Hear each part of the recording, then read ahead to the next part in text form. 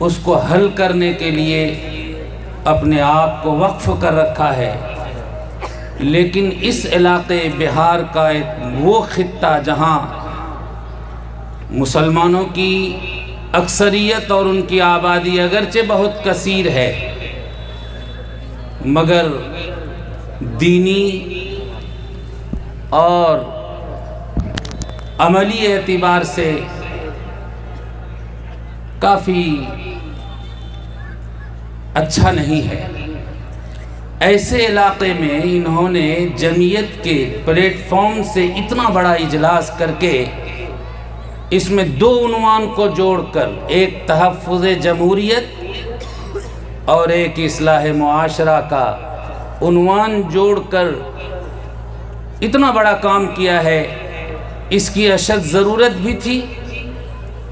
اور حالات کو دیکھتے ہوئے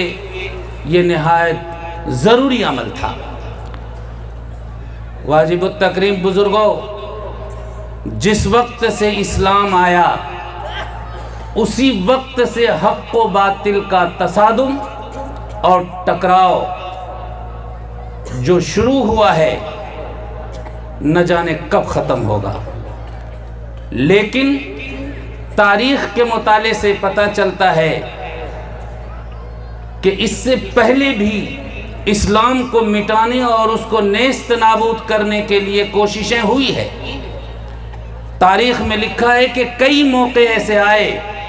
کہ ایمان والوں کو یہ اندیشہ ہوا کہ شاید اسلام ختم ہو جائے گا،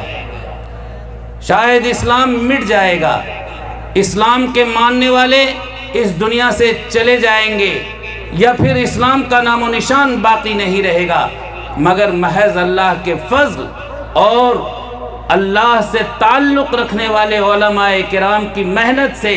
اللہ تعالیٰ نے اسلام کو باقی رکھا، بلکہ جو ختم ہونے کے کگار پر تھا اس کو اور اونچا اٹھایا اور بڑھایا، اس میں اور ترقی دی۔ آج کا جو دور چل رہا ہے، اسلام پر اس سے زیادہ خطرناک دور اور کوئی نہیں آیا۔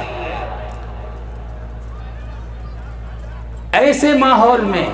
جبکہ اسلام اور مسلمانوں کو ٹارگٹ بنایا جا رہا ہو، نشانہ بنایا جا رہا ہو، ایسے وقت میں علماء کرام کی یہ محنت کہ جمعیت کے پلیٹ فارم سے جڑ کر اس کو جمانے، اس کو مضبوط کرنے اور اس کو زمین پر اتار کر ہر مظلوم، چاہے وہ کسی بھی فرقے سے تعلق رکھتا ہو، کسی بھی جماعت سے تعلق رکھتا ہو، اس کو اس مشکل سے نکالنے کے لیے جو کام یہ جمعیت علماء کا پلیٹ فارم کر رہا ہے، ایسی کوئی جماعت آج تک ہندوستان میں نہیں آئی ہے۔ بے شک میرے بھائیوں، ابھی میرے دوست مولانا ضیاء اللہ صاحب قاسمی نے آپ کے سامنے بڑی تفصیل سے اس کا بیورہ دیا اور اس کا آپ کو ایک ڈاٹا دیا کہ انہوں نے کیا کیا کیا ہے۔ حضرت مولانا اسد مدنی صاحب رحمت اللہ علیہ ایک مرتبہ پانولی تشریف لائے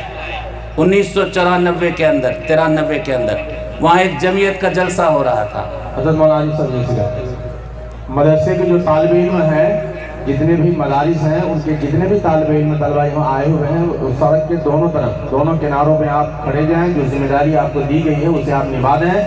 حضرت مولانا مفتی معصوم ثاقب صاحب تشریف بس لانے ہی والے ہیں، منٹ 1.5 منٹ کے اندر آپ چلے جائیں۔ ان بچوں کو وہاں پہ معمور کیا گیا ہے، مدارس کے بچے استقبال کے لیے، والہانہ استقبال کے لیے آپ وہاں چلے جائیں۔ تو جب وہاں تشریف لائے، جمعیت کی کارکردگی اور جمعیت کا تعارف کرانے کے لیے مجھے کہا گیا، میں نے جمعیت کا تعارف کرایا، وقت مختصر تھا، تو مولانا اسد مدنی صاحب رحمت اللہ علیہ کے سامنے میں نے کہا، حضرت تفصیل تو بہت ہے مگر میں ایک شعر پڑھنا چاہتا ہوں کہ جمعیت نے جو کچھ کیا ہے اسلام اور مسلمانوں کے لیے، وہ ایک شعر پڑھ دینا اس کے لیے کافی ہے۔ آپ کو یاد ہے کہ اس جمعیت کو بام عروج پر کس نے چلایا،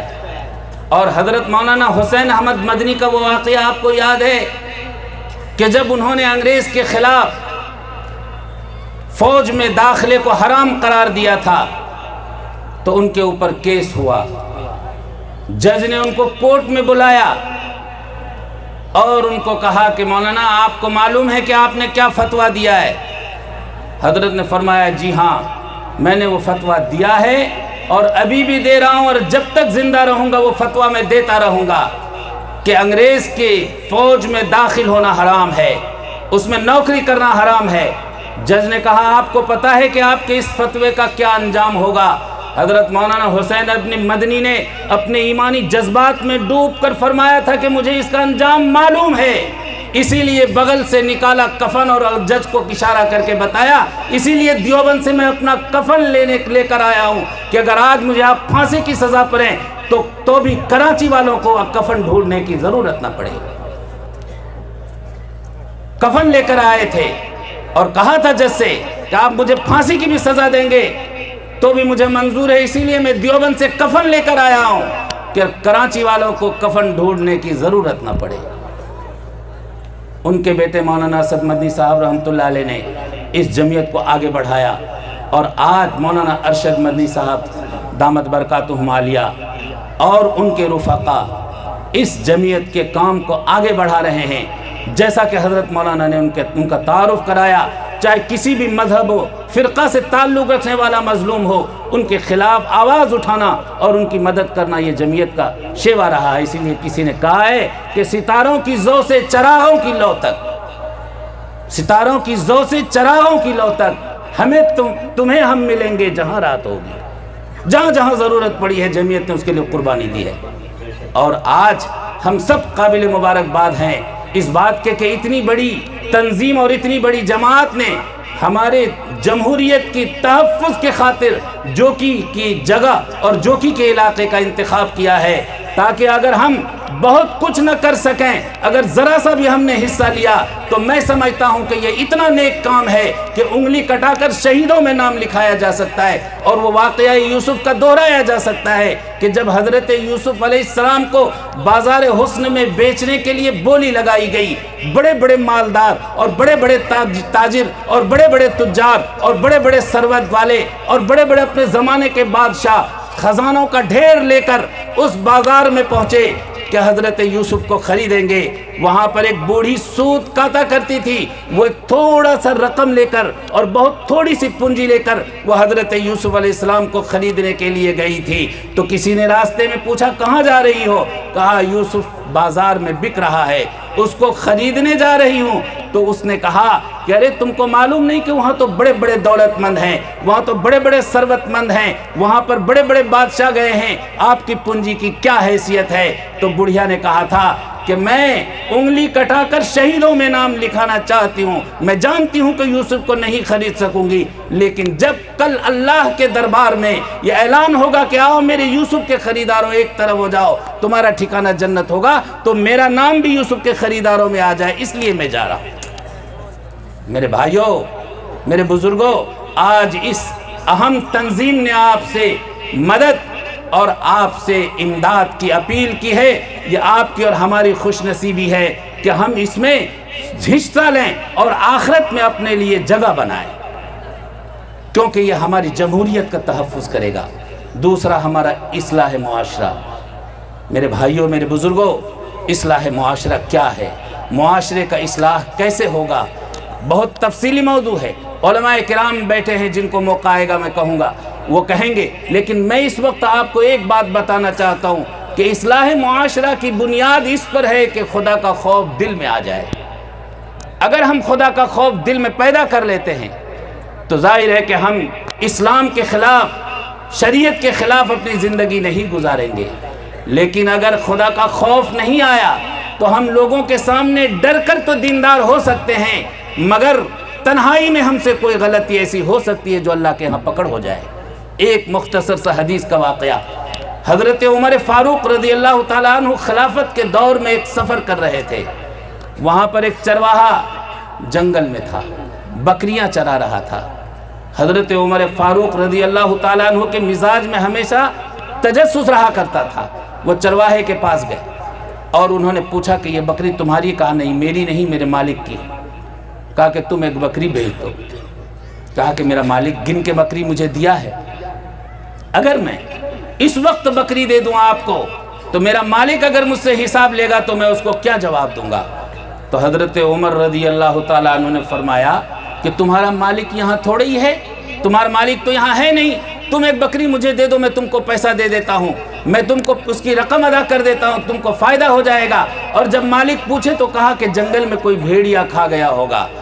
میرے بزرگوں یاد رکھو، وہ بکری کا چرواہا ہے مگر دل میں خدا کا خوف ہے۔ اس نے وہ جملہ کہا جو حدیث کی کتابوں میں نوٹ کیا گیا، فرمایا فَأَيْنَ اللَّهِ، اے عمر میں اگر یہاں پر اپنے مالک سے جھوٹ بول کر بچ جاؤں گا، کل قیامت میں اللہ تو مجھے اس وقت دیکھ رہا ہے، میں اس کے سامنے کیسے جھوٹ بول سکتا ہوں؟ دیکھیے، جب خدا کا خوف دل میں آتا ہے تو انسان اللہ سے ڈرتا ہے، تنہائی میں بھی اور لوگوں کے سامنے بھی۔ اور اصلاح معاشرہ کی بنیاد اسی پر ہے کہ اگر ہم نے خدا کا خوف اپنے دل میں پیدا کر لیا تو ہمارے تمام شریعت کے کام درست ہوں گے اور ہمارا شریعت پر عمل ہوگا اور معاشرہ کا اصلاح خود بخود ہو جائے گا۔ واجب التکریم بزرگوں، میں امید رکھتا ہوں کہ اس جلسے کی کامیابی یہی ہے کہ ایک تو آپ جمہوریت کے تحفظ کے لیے جو کچھ کر سکتے ہیں وہ کریں اور خدا کا خوف پیدا کر کے اپنے دل میں اللہ اور اس کے رسول کے ایک ایک قول و عمل پر عمل کریں۔ اگر آپ نے اپنی زندگی میں کوئی تبدیلی لائی ہے، اگر آپ نے زندگی میں کوئی بدلاؤ کیا ہے تو ہم سمجھیں گے کہ یہ جلسہ کامیاب ہے، اور اگر سنا اور سن کے چلے گئے اور اپنی زندگی میں کوئی تبدیلی نہیں لائے تو میں سمجھاؤں گا کہ یہ جلسہ بے نتیجہ اور ناکام رہا۔ اس لیے میں یہ امید کے ساتھ جاتا ہوں کہ انشاءاللہ اس جلسے کا بہت اچھا اثر پڑے گا ہمارے معاشرے میں بھی اور تحفظ جمہوریت کے لیے بھی۔ اللہ تعالی ہم سب کو کہنے سننے سے زیادہ عمل کی توفیق عنایت فرمائے، آمین۔ وآخر دعوانا ان الحمدللہ رب العالمین۔ ماشاءاللہ، جامعہ حمیدیہ پاولی کے شیخ الحدیث باوقار عالم دین، اس علاقے کا بہت ہی ہونہار نوجوان عالم حضرت مولانا عارف حسین صاحب قاسمی کا بڑا پرمغز مدلل محصل خطاب آپ نے سنا، سمندر کو انہوں نے قلزے میں سما دیا۔ یہ تو اللہ تعالیٰ کی طرف سے دی ہوئی ایک صلاحیت ہے۔ دوستو آپ دیکھ رہے ہیں NB میڈیا یوٹیوب چینل، اس طرح کا ویڈیوز آپ کو ملتا رہے گا، لائک اور سبسکرائب ضرور کر لینا اور اس ویڈیوز کو اپنے دوستوں میں شیئر ضرور کرنا۔ پھر ملتے ہیں ایک اور اچھی ویڈیوز لے کر، تب تک اجازت دیجیے، السلام علیکم، خدا حافظ۔